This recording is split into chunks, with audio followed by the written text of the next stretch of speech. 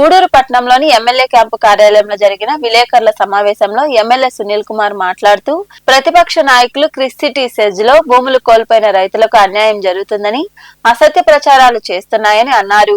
గతంలో 1.2 లక్షల రూపాయలు భూములు విలువ ఉండగా ఈ రోజు వాటికి 8 లక్షల రూపాయల నష్టపరిహారం ప్రభుత్వం చెల్లిస్తుందని అన్నారు.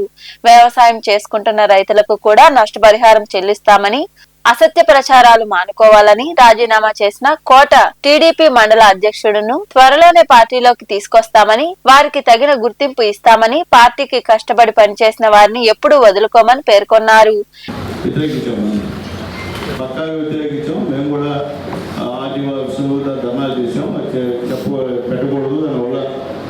ప్రజలు చాలా ఇబ్బందులు అని చెప్పి చేసాం. ఇందులో చెప్పాలంటే అధికారం ఉన్నా అధికారం లేకపోయినా ప్రజలు ఇబ్బంది పెట్టే పనుల్లో ఎప్పుడు కూడా మేము ముందుండే సమస్య లేదు. ప్రజలకు ఇబ్బంది అయితే ముందుంటాం. ఈరోజు వాస్తవంగా చెప్పాలంటే క్రిస్సిటీ ఏపీఐసి ద్వారా చిలకూరు కోట మండలాల్లో 10,502 ఎకరాలు సేకరించారు మొత్తం మీద. దాంట్లో ఫేజ్ 1 కింద క్రిస్సిటీ వాళ్ళు దాదాపు 2,500 ఎకరాలు మనకి ఫస్ట్ ఫేజ్ కింద ఈరోజు దాన్ని కేటాయించారు. వాళ్ళు ప్రాజెక్టు విలువ వచ్చి 1,173 కోట్ల 40,27,000 రూపాయల ప్రాజెక్టు విలువ. అట్లాగే ఇది 14/2/2004 ఇది ప్రారంభించారు. ఇప్పుడు 14/2/2024 ఎవరు గవర్నమెంట్ అది? ఎవరు గవర్నమెంట్?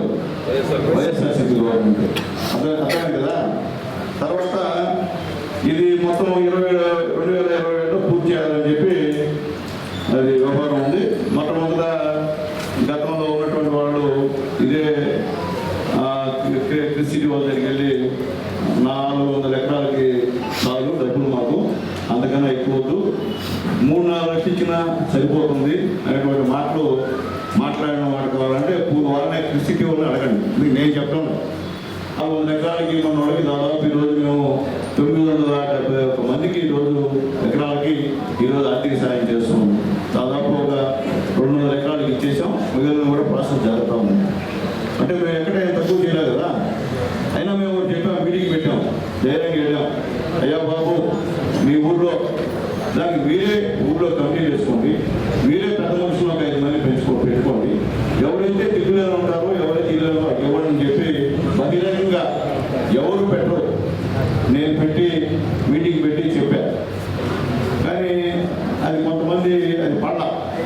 ఎందుకంటే మాకు పొలం లేకపోయినా మాకు ఇంటి ఎట్టి సరే అది ఇరవై గవర్నమెంట్ ల్యాండ్కి గొప్ప.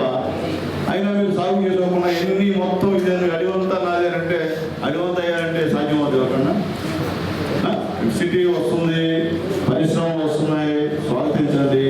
తర్వాత మనం రోడ్డు వేస్తుంటే వాళ్ళు పైర్లు వేసుకుంటారు, శనగ పంట వేసుకుంటారు. అది కొద్దిగా ఇబ్బంది అయింది. వాస్తవం, దాంట్లో డౌట్ లేదు, ఇబ్బంది అయింది. వాళ్ళకు కూడా గట్టిగా మాట్లాడి నష్టపరిహారం ఇప్పించాం సపరేట్ పంటకి. అంటే డబ్బులు ఎకరాకి డబ్బులు కాకుండా, ఎకరాకి 2 లక్షలు కాకుండా ఆ పంటకి ఎకరాకి 15,000 రూపాయలు డబ్బులు ఇప్పించాం. నేను గవర్నమెంట్తో మాట్లాడి, మా సబ్ కలెక్టర్ గారితో మాట్లాడి డబ్బులు ఇప్పించాం. పెట్టండి సార్ అని మా లీడర్స్కి రిక్వెస్ట్ చేసుకున్నాం. ఎందుకంటే ఉన్న పరిస్థితి నాకు తెలుసుకోవాలి. మామూలుగా వేరే వాళ్ళు అయితే పెట్టండి అంటాడు. ఎందుకంటే గవర్నమెంట్ని మాట్లాడి ఉంటారు కదా. కానీ వాస్తవ పరిస్థితి పిల్లలు మారికరావు గారు నాతో మాట్లాడి, సునీల్ అక్కడ పరిశ్రమ పెట్టాను వద్దన్నా, మేమందరం వ్యతిరేకించామన్నా, అంటే నేను వస్తాను చూస్తానంటే రాన్నా, కానీ ఆ పరిశ్రమ తప్ప వేరే పరిశ్రమ వ్యక్తిగత సంతోషం అన్నా అని చెప్పి అంటే సునీల్ వద్దులే, వేరే పరిశ్రమ ప్రతిపాదన చేస్తాం అన్నాడు. వస్తాను నేను త్వరలో అన్నాడు. ఈ నెలకల్లో ఖచ్చితంగా ఆయన వస్తాను. స్థలం చూసి గతంలో పరిశ్రమకి కేటాయించిన తర్వాత వేరే పరిశ్రమ పెట్టేదానికి ప్రతిపాదన సిద్ధం చేస్తామని చెప్పి కూడా నేను తెలియజేస్తున్నాను. కాబట్టి దయచేసి